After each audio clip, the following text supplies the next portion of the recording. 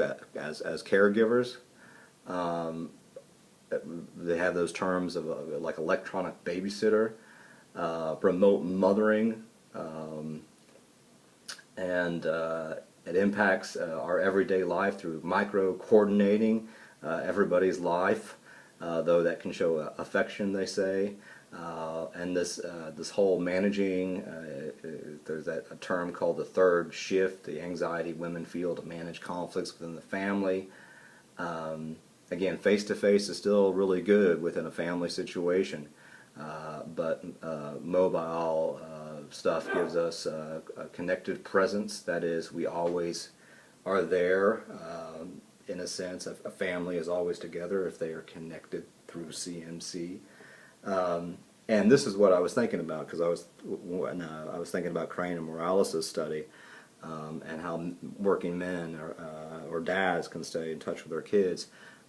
It reminded me of the research that showed that in situations of divorce, you all know that women almost always get the kids, that the dad through mobile phones can stay in touch with the kids more so perhaps than previously.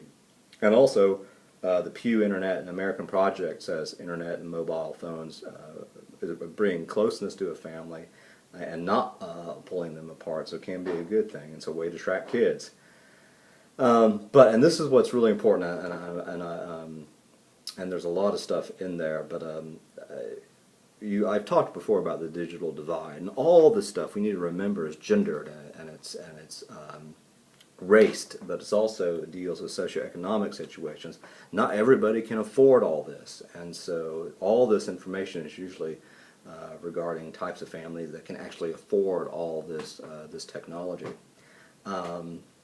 There's the notion of the hey, look at this new family moment, like if your kid saw something cool and texted the picture to you, which I did actually see a guy with a peacock on his head when I was on vacation in Key West a couple of years ago riding a motorcycle. It's really quite cool. And you can help coordinate family stuff. The last bit on page 203, and I'm sorry I'm sort of going back and forth, I'm like Quentin Tarantino, just screwing with the whole notion of narrative cinema. On page 203, I think that last bit is important. So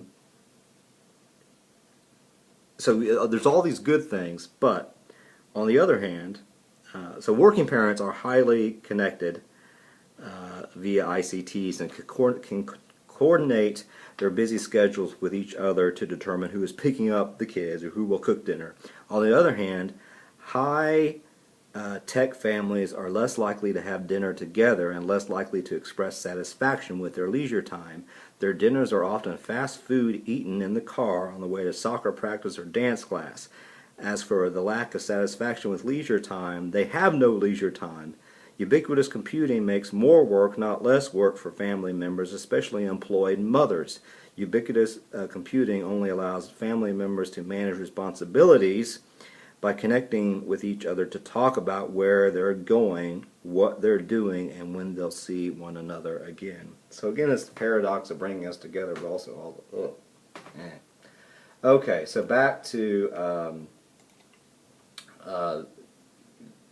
we're talking about Twitters, and so now I'm moving on to the dark side, which is slide 17. Young kids or young teenagers tend to offer too much personal information on public sites like Facebook. I don't know if people even use MySpace, and there's new things popping up every single day. And of course, some adults do the same thing. And employers are now looking through like Facebook profiles for potential job candidates. So if you say or show stupid stuff on stuff like Facebook, future employers or potential employers are going to be judging your decision-making skills and your professionalism. So basically, it adds another layer to the whole process of parenting. You now have to, as the book says, coach teens on how to deal with issues online. And this stuff doesn't even touch on like things like cyberbullying or anything like that. I think we get to that later on. But there's so much stuff that parents now have to do to help their children deal with the very complex nature of this CMC world in which we live. And also, one of the things that teens tend to be a little less formal and tend to offer a lot more personal stuff to just casual friends or friends they don't really even know, because Facebook can suggest blah blah blah blah blah. By the way, I also said in here that people usually get their mobile homes, their mobile phones at age 16, and I don't know. I didn't see the data for the Facebook. I know you have to be a certain age for Facebook. I can't remember. But that probably a lot of teenagers have their own Facebook pages as well. And young adults oftentimes tend to put all this information out there that, or all these young folks that older folks might not be willing to convey in that public area like Facebook, such as information about age, their political perspectives, their income, their religion, their sexual preference, all these various things that that Facebook actually encourages us to disclose about ourselves. It's constantly telling us our profile isn't done. We have to tell everybody what type of movies we like, what type of music we like, what blah blah blah blah blah blah blah. By the way, I did tell you my dog has his own Facebook page. Do you know what his political affiliation is? He's a member of the Canine Liberation Party. Go dogs. Okay. And the ending stuff, I'm on slide 18 now. The two paragraphs on page 207 before the start of the section are amazingly important. And I think they serve as sort of the summary of everything in the entire chapter up to this. So page 207, basically what they say here.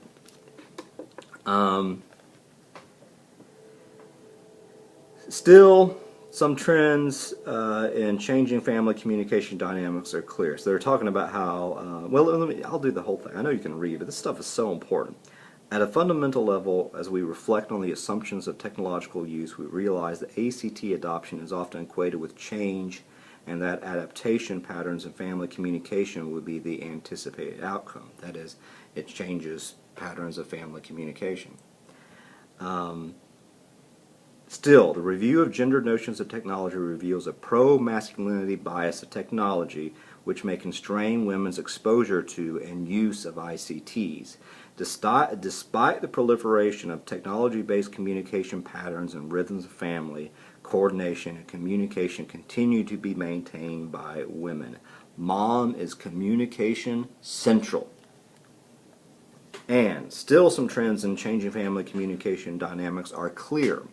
First, lives are saturated with technology. Embracing any number of ICTs means that the time family members can devote to interpersonal communication may shift from moment to moment. In spite of changes in attention demanded by ICTs, scholars found face-to-face communication is still an essential part of relationships. Both face-to-face communication and online and mobile communication are necessary for close relationships among family members and close friends. Both online and offline communication enhance relationship maintenance and stability. For example, several scholars found that family dinners are still an important component of family relationships. That's important. So that basically is the entire chapter so far. And then they get into with the work-life balance again, and this is really interesting stuff, like the illusion of empowerment. We think that we are empowered, but in a sense, we are working, as I said in our review. This illusion of empowerment raises the question: how are we empowered if we're actually working longer days by choosing when and where we work? So that we think we are empowered, maybe we're not so empowered after all. The illusion of control. We think that ICTs and stuff like that give us much more control. In a lot of ways, it does, But at the same time, it offers that big old long example from one of the authors here. But we can't completely control stuff. You know, KC, the server, went down today. I can't control that. My battery might die. I can't control that. But I mean, there's lots of things that we think we can control, but in reality, we cannot really control. And the illusion of choice. Choice, you know, there's lots of illusion of choice here. They talk about purchase stuff, compulsory companions. You know, we think we have choice, but in a sense, you know, they're telling us to go buy this stuff, that we really need it. They are offering this sense of complete dependence on all this type of stuff. The laptop and the mobile phone are compulsory companions. Every successful businesswoman needs that, etc., etc. And also, going back to the digital divide, that, you know, only certain people, again, can own this stuff. It's not for, not everybody can get this. And so they talk a lot about issues of gender and race, and that's really important. We see, when it talks about race, we see an imperative need for new media and work-life balance studies to include race in more cultural terms than simply discussing the digital divide, which I just did, which is important. But as scholars, we need to push the interrogation of race, ICTs, and work-life balance to address specifically the issues of power, race, gender, and class, and how these constructions impact everyday lives of people at the margins of society. So those are some allusions. They also sort of call, again, this is all sort of, they're calling for you know, future research to be done on all this type of stuff. The whole new public-private split, and the whole stuff about public privativism, which again is that we talk about very private stuff in public using CMC to do so. And also this notion that teens are learning a lot more about sex online than from their parents or from school. So that can be very very and then there's the whole gendered paradox. Again, all this stuff tends to sustain cultural norms, sustain stereotypes, and marketing campaigns tend to sustain those stereotypes. And then there's a really interesting big sort of, so much for 45 minutes, I'm at 55 minutes now, critique of corporate colonization. I think this stuff, again, is very, very important from a critical lens, and that's on page 210 as well.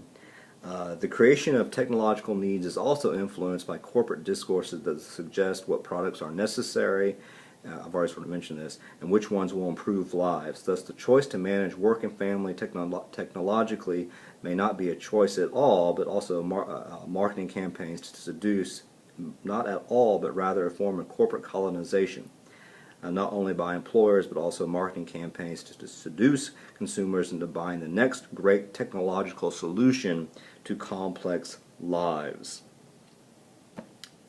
It is a vicious cycle.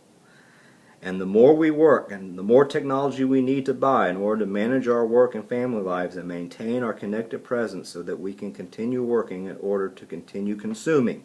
This vicious cycle constitutes a big influence in the 2009 economic recession, it said. Americans want to buy cheap goods, and thus American manufacturers are forced to outsource blah, blah, blah, blah, blah. So that consumers will buy and Walmart will sell at the lowest price. And the vicious cycle of consumptions, layoffs, unemployment, and the need for balancing work and family lives via technology advancements continues. So they're pretty critical about this whole notion of selling all these brand new technical devices that say they're going to make our lives easier, but there are consequences, larger consequences to that. Now, what's the big takeaway from this? This is the very last slide, slide 19. What's the big takeaway? Well, when we think about CMC, particularly based within